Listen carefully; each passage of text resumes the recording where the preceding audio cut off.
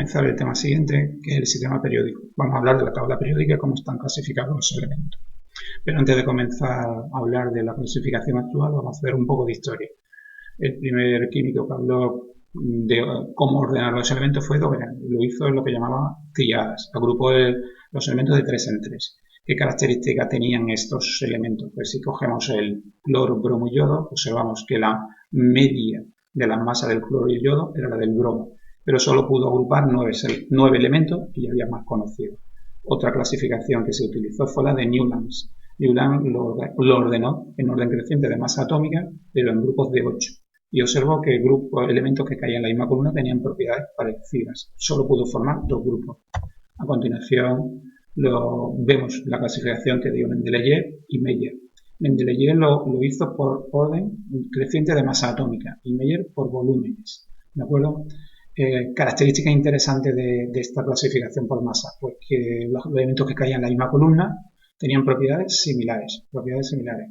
Y además dejó huecos entre determinados elementos que no se conocían, pero que deberían tener unas determinadas propiedades que él predijo.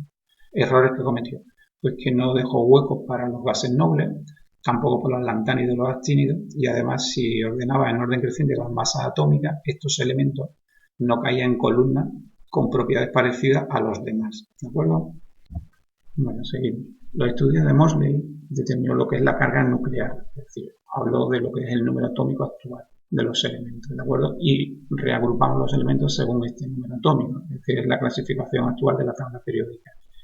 ¿Qué razonamiento hizo Moseley? Bueno, si cogemos el modelo de Bohr, decía que los espectros atómicos eran debido a los saltos electrónicos hacia órbitas cercanas al núcleo. Entonces él razonó, si la energía de las órbitas depende de la carga del núcleo, los rayos X también dependerán. Y estableció una relación entre ellos. Descubrió lo que es el número atómico. Lo siguiente vemos, bueno, pues las posibles transiciones.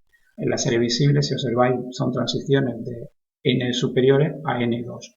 La de ultravioleta del N superiores al N1 y así sucesivamente. Bueno, descubrió lo que es el número atómico en definitiva y con este número se hizo el orden de la tabla periódica. Bueno, ya hemos llegado a la clasificación actual de los elementos, que es por orden creciente del número atómico. La tabla periódica actual. Si consideramos un elemento en estado fundamental, podemos recordar que para distribuir los electrones, es decir, tiene que haber el mismo número de protones que electrones en estado fundamental, para distribuir los electrones por mínima energía utilizamos la regla de Madelung, N más L. Utilizando el diagrama de Moeller, que es más simple, 1s2, 2s2p6, 3s2p6 de 10, ¿de acuerdo? El orden de rellenado de los electrones irían así, ¿no? Recordamos esto, ¿vale?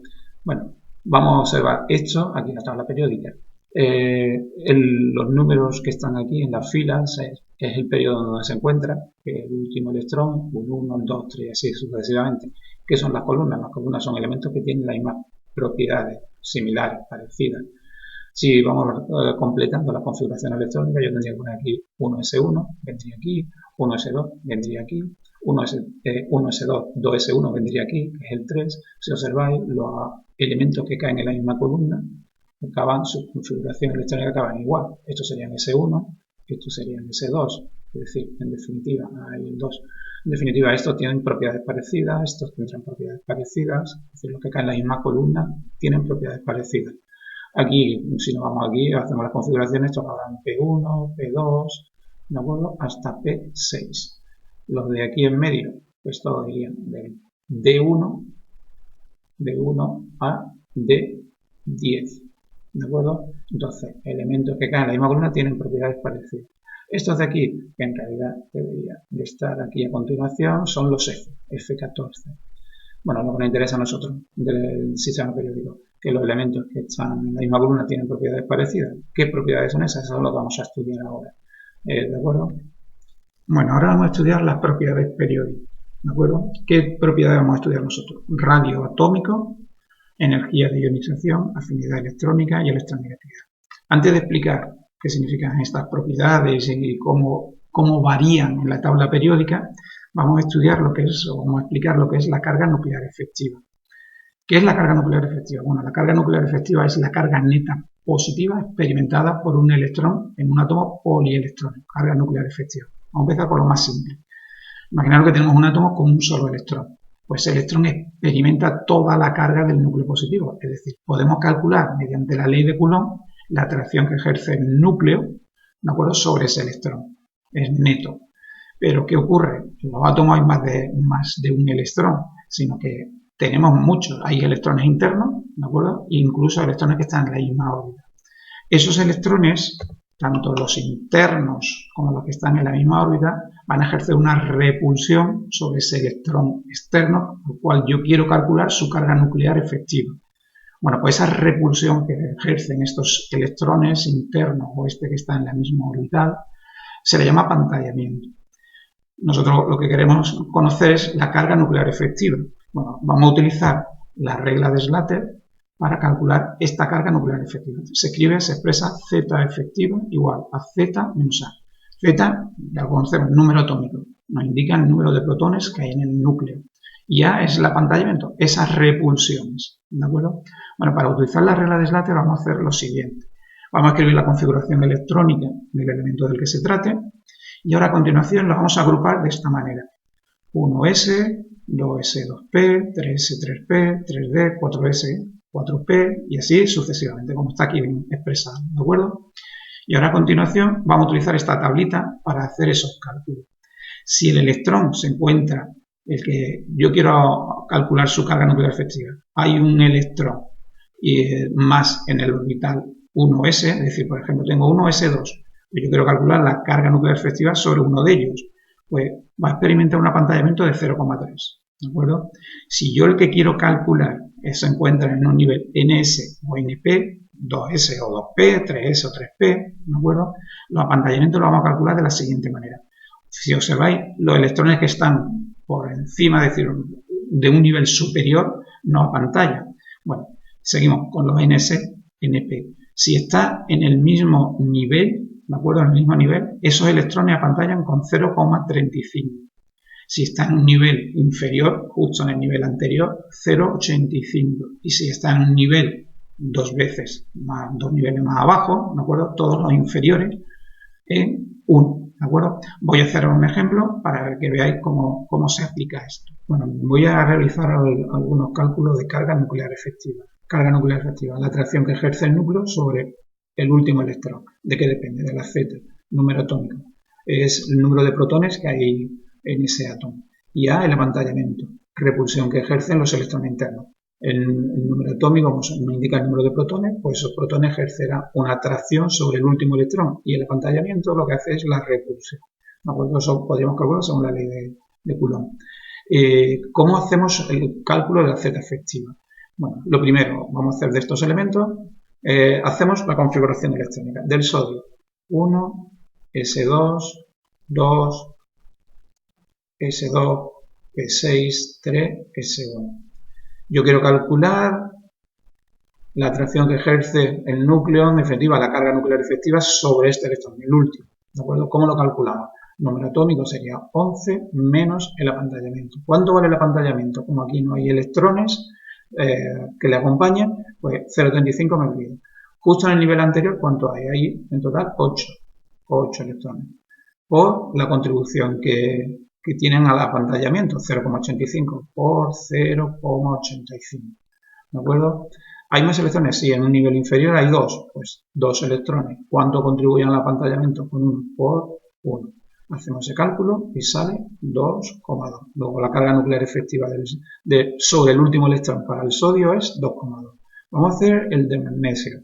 Es un electrón más, 1 S2, 2 S2, P6, 3, S2, ¿de acuerdo? Z efectiva, diferencia, pues que el número atómico ha cambiado, ya tengo 12, ¿de acuerdo? Menos.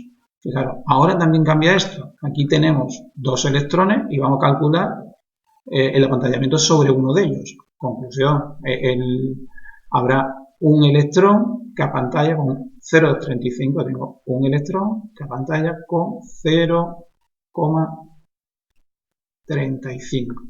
En la capa justo anterior hay 8 igual que antes. 8 ¿vale? Por 0,85. Más en la capa inferior hay 2. 2 por 1. ¿Y todo eso cuánto me sale? Pues exactamente para el magnesio me sale 2,85. 2,85. Si habéis observado, estamos en el mismo nivel, en el nivel 3, y el apantallamiento va aumentando, pero también aumenta el número atómico. ¿Qué ocurre con la Z efectiva? Que va aumentando, ¿de acuerdo? Aumenta el apantallamiento, pero también aumenta el número atómico, la carga que hay positiva en el núcleo. Como esto aumenta de 1 en 1, sin embargo aquí si observáis ha aumentado solo en 0,35, por eso hace que la carga nuclear efectiva sea mayor. Si yo hago el del cloro, que es el que viene a continuación, pues sería configuración electrónica siempre. 1s2, 2s2, 6, 3, S2P5. Estamos en el mismo nivel, ¿de acuerdo? Entonces calculamos la Z efectiva. Si calculamos la Z efectiva, Z17 menos la repulsión que ejerce, de acuerdo, los electrones que están en el mismo nivel. Como hay 7 electrones, yo lo consideraré sobre uno de ellos nada más, ¿vale? Entonces me quedarán 6. Conclusión, tendré 6 electrones, ¿de acuerdo? Con una contribución de 0,35 al apantallamiento.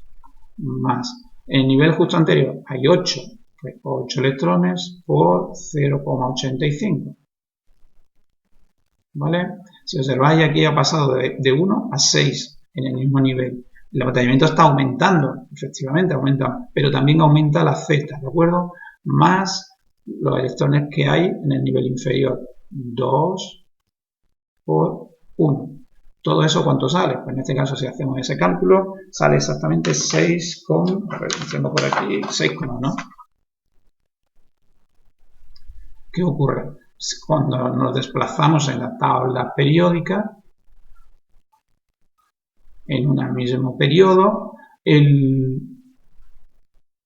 la carga nuclear efectiva, si observamos, ha ido aumentando. Luego el último electrón, ¿de acuerdo?, va a estar más atraído, ¿de acuerdo?, por ese núcleo.